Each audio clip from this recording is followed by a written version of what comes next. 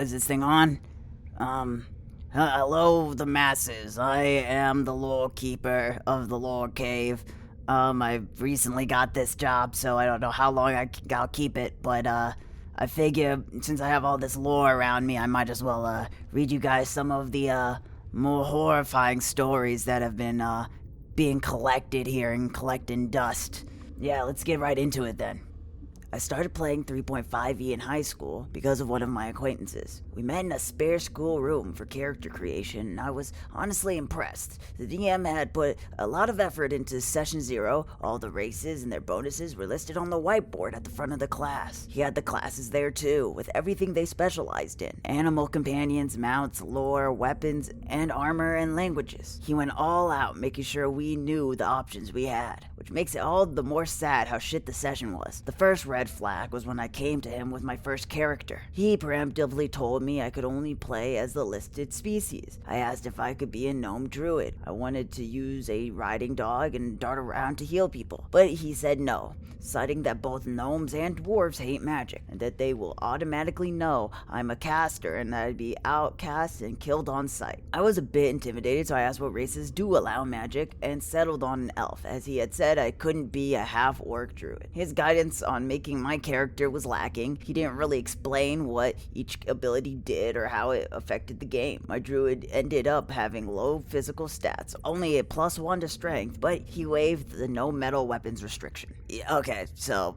I'm just gonna pause here, because I was like, okay, maybe in his lore, gnomes and dwarves hate magic, even though gnomes get a bonus to casting illusion magic in 3.5. I had to look that up. I'm more of a 5e type of dude, but yeah, I was like, maybe it's his lore, and that's fine. But if you are going to get rid of something that is directly in the book, and that is the thing that is consistent for druids, that they cannot use metal weapons, why do you care what race they're playing, and if their race hates magic?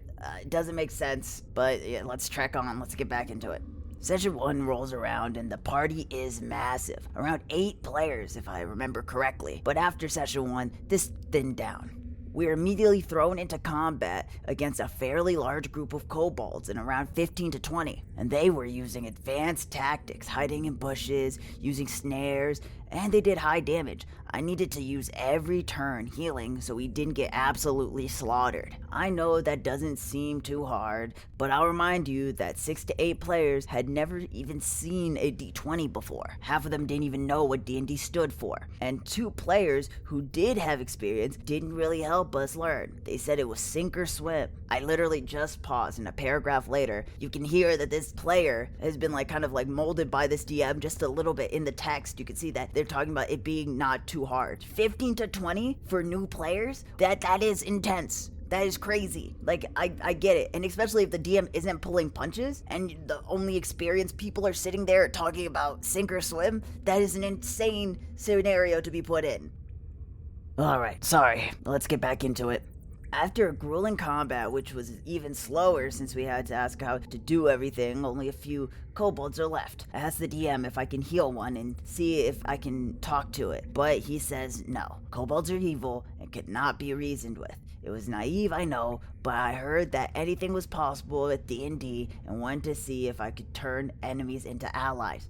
Now listen, I just read the lore. I don't really DM much, but when I do DM, if someone comes up with such a good idea, I would definitely let them do it. There's nothing is inherently bad or good.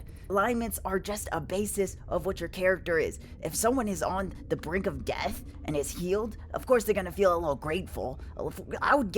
If you were being stabbed and someone asked you a question, you were definitely gonna try to answer it so they won't continue stabbing you. We dispatch the kobolds and arrive at the nearby city, but its gates are locked. We request entry, but the guards say no. There are monsters roaming the plains around us and they can't risk an attack. Our fighter displays the severed head of a kobold and declares that we slew a band of them nearby. But the guard is confused and says he has no idea what the hell that thing is. This got bad. We spent almost 2 hours trying to get this guard to let us in, but nothing worked. We offered to hunt the monsters nearby, but the guard guard says he has no idea what they are, where they are, or how strong they were. Try bribing him, but he threatens to kill us. No matter how high we rolled on diplomacy, he wouldn't budge. He eventually relents and allows us entry. Out of game, the DM mocks us for taking so long, saying that since we had a cleric in our party,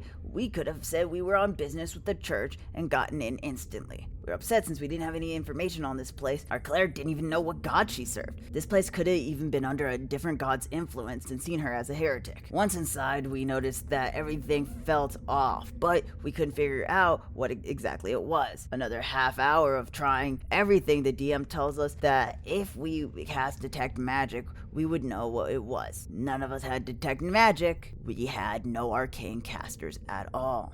This is where I'll leave it for now, but I have a few more stories about this DM.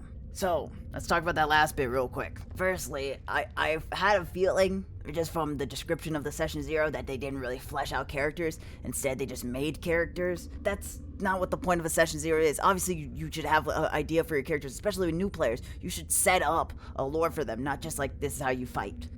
Secondly, mocking players as a DM. This is, obviously, they were in high school, and a lot of people's first impression of a DM is that your job is to kill the players. But it's not. It's a cooperative storytelling experience. You and the players are going back and forth, speaking on what you guys want to happen in the world. Either or. That'll be it for my first reading. I hope you guys all enjoyed being inside the lore cave with me. I'm the lore keeper. Have a great day.